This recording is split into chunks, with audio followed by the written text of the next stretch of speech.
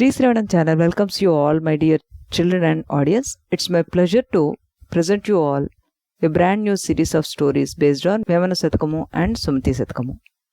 Today's poem is from Sumati Satyabhama. Hi everyone, I am Sansita. I am 10 years old. Today's poem for Sreepada box is Sumati Satyabhama. strIlayeDala vaadulaaDaku, baaluratO jelimichEsi bhaashinchakumee, mElaina guNamuviDuvaku, Elina patinindasEyakennaDu Sumati. Sansita, great job. Now coming to the meaning of this poem. O noble mind, do not dispute with women, do not converse with young men by making friendship, do not give up noble quality, and do not ever blame your husband. This is the meaning of this Sumati Satyabhama. Based on this, there is a beautiful story in Mahabhagavata, that is Tulabhara. Let us listen to this Tulabhara story. The palace of Dwaraka ever twinkled with the presence of Krishna's many wives.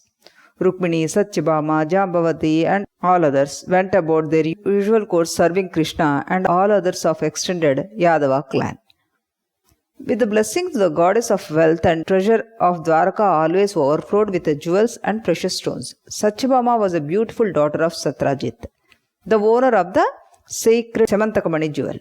She was haughty and proud of royal lineage and good looks. She prided herself on her pure love for Krishna, yet she was jealous of Rukmini, goddess of wealth incarnate. Rukmini, on the other hand, being the first queen of the Dwaraka, was a very humble lady and pious wife. She let nothing come in the way of her devotion to Krishna and served him with wholehearted love and devotion. One day, the divine sage Narada, who always japas Narayana, Narayana, the creator of mischief, came to Dwaraka to offer his salutation to Krishna. In the courtyard, he met Satyabhama, beautifying herself with some flowers on her tresses. He walked up to her and with the voice of absolute innocence asked her, Rani Satyabhama, don't doubt my intentions, but is it my old age or is it really true that Krishna loves Rukmini more than you? Satyabhama was thoroughly shaken and stood still. Again Narada saying to her, you are far more beautiful and charming than her. You are the younger queen. Don't you think you deserve more attention?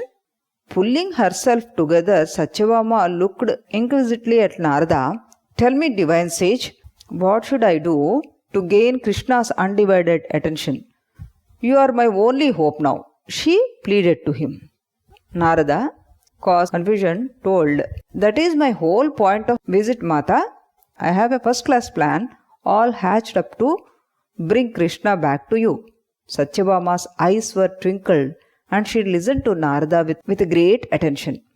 You will now make a vow that you will hand over Krishna to me as a slave. Then, to keep the sanctity of the vow, but also to retain Krishna to yourself, I will allow you to trade him in for an equivalent weight of your riches. Seeing that you are willing to trade in your wealth for him, Krishna will admire you for your sacrifice and will keep you close to him. The only hitch is that I don't know your wealth will suffice to balance out Krishna's weight. Narada asked skeptically. Proud as ever, Satyabhama flared up. I am the daughter of Satrajit. My wealth is limitless. I am sure that I have enough to balance Krishna. We will carry on with this plan of yours. That was exactly Narada wanted. Satyabhama rushed to Krishna and hurriedly told him about her unfortunate vow to Narada. Krishna patiently listened to her and very meekly nodded his head. Satyabhama then commanded one of the servants to bring out the large scale used to weigh the grains and groceries. She also sent a caretaker of the coffers to bring out all her jewels and gold to the grand courtroom. And gently leading Krishna, she went to the courtroom. All the ministers stared at the scales that had been placed at the center of the court. Their maws further fell when they saw box after box of gold being carried inside. Krishna was silent throughout the entire time. So great was the uproar of surprise at the court that Krishna's other queens too hurried from their Antapura to the main court. Amidst all the courtiers and with Krishna himself as the witness, Satyabhama gave away Krishna in Dana to the Narada. The other wives of Krishna were shocked at this, but being ever dutiful, they did not speak out in front of the assembled court. Narada then gave her the option of taking back Krishna, but instead presenting him with an equivalent weight of riches. Amidst loud sighs of relief, Satyabhama agreed to it. She then placed Krishna on the plate of the scales and with a smirk on her face started piling up the gold, jewels and gemstones on the other plate. She kept adding more and more her wealth, but the pan with the Krishna did not even budge. To top it all, Narada kept giving her ominous warnings. Remember, Devi, if you fall to supply me with sufficient wealth, Krishna will forever be a slave to me. I can even bid him out to anyone if I want. Satyabhama freaked out and, swallowing her pride, begged the other wives of Krishna to give her their jewels so that they could retain Krishna. Out of their devotion to the Lord, the wives removed every gold ornament on their body until they were wearing only the Mangalsutra. But the scale showed no sign of motion. Then Krishna told to Satyabhama that, look Satyabhama, because of your stupid vow, I have to be a slave to this rishi. Oh, how I hate this, he complained. Satyabhama was at loss for words when Krishna continued, why don't you ask Rukmini? She must be able to get us out of this trouble, he suggested coyly. Satyabhama was in such a state that all her ill will towards to Rukmini flew out of the window. Rushing to Rukmini's private chamber, she poured out of the dire state of matters. Rukmini, ever calm, did not panic and came along with Satyabhama. On the way, she passed the sacred Tulasi and she plucked a single leaf of Tulasi, that is basil. She continued her way to the hall. She very quietly walked towards to the balance and, praying to Krishna, placed the single Tulasi leaf on all the piled up wealth. The pan containing Krishna flew up and remained underbalanced. Shocked at this, Satyabhama looked to the Krishna for explanation. Then he said, try removing your riches, Bhama. Krishna told her with all smiles. With a very special expression on her face, she removed all her riches until nothing but a single tulsi leaf sat on the pan. And yet it weighed more than Krishna. She was stunned and humbled. Krishna jumped down his high-hanging pan, came to Satyabhama and said, Bhama, you gave all your riches to me, but there was no devotion in that offering. The feeling of possessiveness only is there. When you made your offerings with such a thought in your mind, they lost their value and became mundane things. On the other hand, Rukmini offered just a single tulsi leaf, but with a noble intention and with a great devotion towards to me. That single leaf was sufficient to please me beyond expectation. Remember, it is not the offering that matters, but the love and devotion with which you do it that does. Isn't it a good story? Tomorrow with another story we will meet again. Till then, bye-bye. Srisravanam ఛానల్కి చిన్నారులందరికీ శ్రోతలందరికీ కూడాను మరొకసారి స్వాగతం. శ్రీశ్రవణం ఛానల్కి చిన్నారులందరికీ శ్రోతలందరికీ కూడాను మరొకసారి స్వాగతం. ఈరోజు మనం సుమతి శతకంలోని చక్కటి పద్యం చెప్పుకున్నాం. సంసిత మనకి చక్కగా సుమతి శతకాన్ని స్త్రీలేడ వాదులాడుకు బాలురతో చెలిమి చేసి భాషించకుమే అంటూ సుమతి శతక పద్యాన్ని చక్కగా మనకి వినిపించింది. దీనికి సంబంధించిందే మనం ఒక కథ మహాభాగవతంలో చెప్పుకుందాం. అది శ్రీకృష్ణ తులాభారం కథ. అందులో చివరి లైను మేలైన గుణమును విడువకు ఏలిన patinindasEyakennaDu అంటూ సుమతి శతకంలో చెప్పబడింది. దానికి ఈ కథ కరెక్ట్గా సరిపోతుందన్నమాట. శ్రీకృష్ణుడికి అష్టభార్యలు ఉన్నారన్న సంగతి మనందరికీ తెలిసిందే. వాళ్ళలో సత్యభామ, రుక్మిణి, వాళ్ళిద్దరి గురించి మనం ఎక్కువగా పురాణాల్లో చెప్పుకుంటూ ఉంటాం. రుక్మిణీదేవి అంటే మనకి సాక్షాత్తు మరొక అవతారం. ఇక సత్యభామ సత్రాజిత్తు కుమార్తె, అందగత్తె.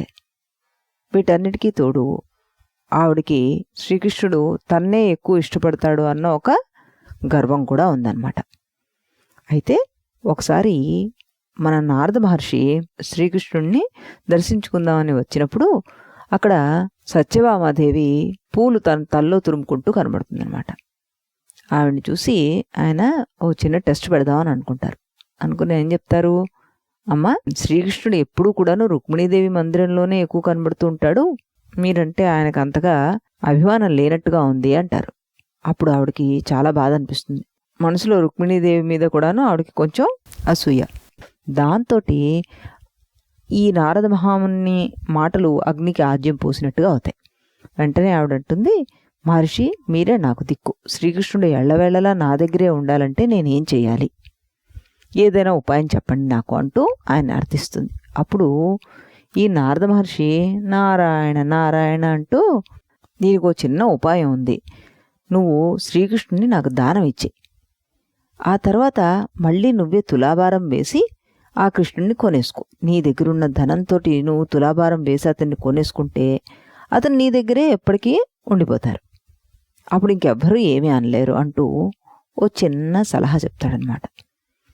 మొట్టమొదట శ్రీకృష్ణుణ్ణి దానం ఇచ్చే అనగానే ఆవిడ భయపడిపోతుంది. కానీ ఎప్పుడైతే నీ దగ్గర బోళ్ళంత ధనం ఉంది కాబట్టి ఆ ధనాన్ని వెచ్చించి మళ్ళీ నువ్వు నీ శ్రీకృష్ణుడిని తులాభారం వేసి తీసేసుకో అని చెప్పగానే ఆవిడ ఆనందపడిపోయి గబగబా కృష్ణ మందిరానికి వెళ్ళి కృష్ణుడితోటి పొరపాటున అనుకోకుండాను నేను మిమ్మల్ని నారదుల వారికి దానం ఇచ్చేశాను, మళ్ళీ మిమ్మల్ని నేను సొంతం చేసుకోవాలి అంటే తులాభారం అన్న కార్యక్రమాన్ని చేయమన్నారు, కాబట్టి మీరొచ్చి సభలో ఆ కూర్చోండి అంటూ తీసుకుపెడుతుంది. శ్రీకృష్ణుడు ఏమీ తెలియని వాళ్ళలాగా చిరునవ్వు చిందిస్తూ చక్కగా ఆవిడ వెనకాల వెళ్ళి ఆ తులాభారం వేసే తక్కెట ఉంటుంది కదా, దానిలో కూర్చుంటారనమాట. కూర్చోగానే ఈవిడ రకరకాల నగల పెట్టెలన్నీ తెప్పిస్తుంది. తన మందిరం నుంచి తెప్పించి ఒక్కొక్కటే దాని మీద పెట్టడం మొదలు పెడుతుంది. అన్నీ పెట్టేస్తుంది. ఆవిడ దగ్గర ఉన్నవన్నీ కూడాను తక్కట్లో ఒకవైపు కృష్ణుడు కూర్చున్నారు, రెండో వైపు పళ్ళెంలో ఇవన్నీ పెట్టించేస్తుంది. అన్నీ పెట్టేసిన తర్వాత కూడాను శ్రీకృష్ణుడు కొంచెం కూడా పైకి లేవలేదు. ఆవిడకి ఇంకా భయం పుట్టేస్తుంది లోపల, అమ్మో ఏమిటి ఇలా అయిపోతుంది అని. ఈలోపు మందిరంలో ఉన్నవాళ్ళు మిగతా భార్యలు వాళ్ళంతా కూడా అక్కడికి చేరుంటారు కదా, వాళ్ళందరూ ఇదేమిటి ఇలా అయిపోతుందని అనుకోగానే గబగబా వాళ్ళ దగ్గరికి వెళ్ళి మన కృష్ణుని మనం రక్షించుకోవాలంటే మీ దగ్గర ఉన్న నగలు కూడాను దాంట్లో పెట్టేయండి, లేకపోతే మన శ్రీకృష్ణుడిని నారద మహర్షి తనతో పాటు తీసుకెళ్ళిపోతారు అంటూ వాళ్ళందరికీ చెప్పగానే వాళ్ళందరూ కూడాను గబగబా తమ ఒంటి మీద ఉన్న అన్ని నగలు తీసి ఆ పళ్ళెంలో పెట్టేస్తారు. అయినా కానీ ఒక్క ఇంచు కూడా పైకి లేవడు శ్రీకృష్ణుడు.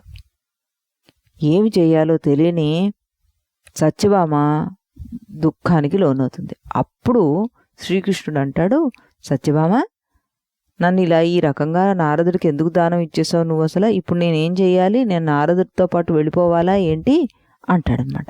ఆవిడ ఇంకా బాధపడిపోయి ఏడుపు లంఘించుకుంటుంది. అప్పుడు శ్రీకృష్ణుడు అంటాడు, ఒక చిన్న పని చేయి, ఇలాంటి కష్టం నుంచి రక్షించేవారు మనకు ఒక్కళ్ళే ఉన్నారు, రుక్మిణీదేవి వెళ్ళి ఒకసారి ఆవిడ్ని అడుగు, ఏదైనా ఉపాయం చెప్తుంది అంటారు. సత్యభామ రుక్మిణి మీద మనసులో ఉన్న భావాన్ని అన్నింటినీ కూడా పక్కన పెట్టేసి పరుగున రుక్మిణి మందిరానికి వెళ్ళి జరిగిందంతా చెప్తుంది. రుక్మిణీదేవి సత్యభామని ఓదార్చి నువ్వు కంగారు పడుకో అంటూ తులసి చెట్టు చుట్టూతా తిరిగి ఒక తులసాకు తీసుకుని భక్తిగా నమస్కరించి సభామందిరానికి వచ్చి శ్రీకృష్ణుడికి నమస్కరించి ఆ తులసాకును ఈ నగలు పెట్టిన పళ్ళెంలో పెడుతుంది. అంతే, ఒక్క నిమిషంలో శ్రీకృష్ణుడి వైపు ఉన్న పళ్ళెం కాస్త పైకి లేచిపోయి ఇటువైపు ఉన్న పళ్ళెం కాస్తను కిందకు వచ్చేస్తుంది. అందరూ ఆశ్చర్యపోతారు. అప్పుడు శ్రీకృష్ణుడు అంటాడు, సత్యభామ నీ నగలన్నీ కూడా అందులోంచి తీసేయి అంటాడు. వెంటనే సత్యభామ ఆ నగలన్నింటినీ తీయించేస్తుంది. ఒక్క తులసాకు మాత్రమే అందులో ఉంటుంది. అయినా సరే శ్రీకృష్ణుడి తక్కెట పైకి, తులసాకు ఉన్న తక్కెటేమో కిందే ఉంటుందన్నమాట. దాంతో ఆశ్చర్యపోతున్న సత్యభామను చేరిన శ్రీకృష్ణుడు ఆవిడకి చెప్తాడు, నీకు నేనంటే ప్రేమ ఉంది కానీ అది నీ వరకు మాత్రమే పరిమితం అవ్వాలని నువ్వు చూస్తూ ఉంటావు. రుక్మిణీదేవి ప్రేమ స్వచ్ఛమైనది. ఆవిడ నా నుంచి ఏమీ కోరకుండా నన్ను ఆరాధిస్తుంది కాబట్టి ఆవిడ ప్రేమతో పెట్టిన ఒక్క పత్రమే చాలు అంటూ ఆవిడకి కనుముప్పి కలిగేలాగా మాట్లాడతారనమాట. సత్యభామ కూడాను తన తప్పు తెలుసుకుని రుక్మిణీదేవికి నమస్కరిస్తుంది. స్వచ్ఛంగా మన భగవంతుడికి ఏది అర్పించినా ఆయన దాన్ని ఎంతో ఆదరంతో స్వీకరిస్తాడు. భక్తుల పట్ల ఆయన అంతగా మొగ్గి ఉంటారు అని ఈ పద్యం ద్వారా, ఈ కథ ద్వారా మనకు తెలుస్తుంది అనమాట. మళ్ళీ మనం రేపు ఇంకో మంచి కథతో కలుద్దాం. అంతవరకు సెలవు.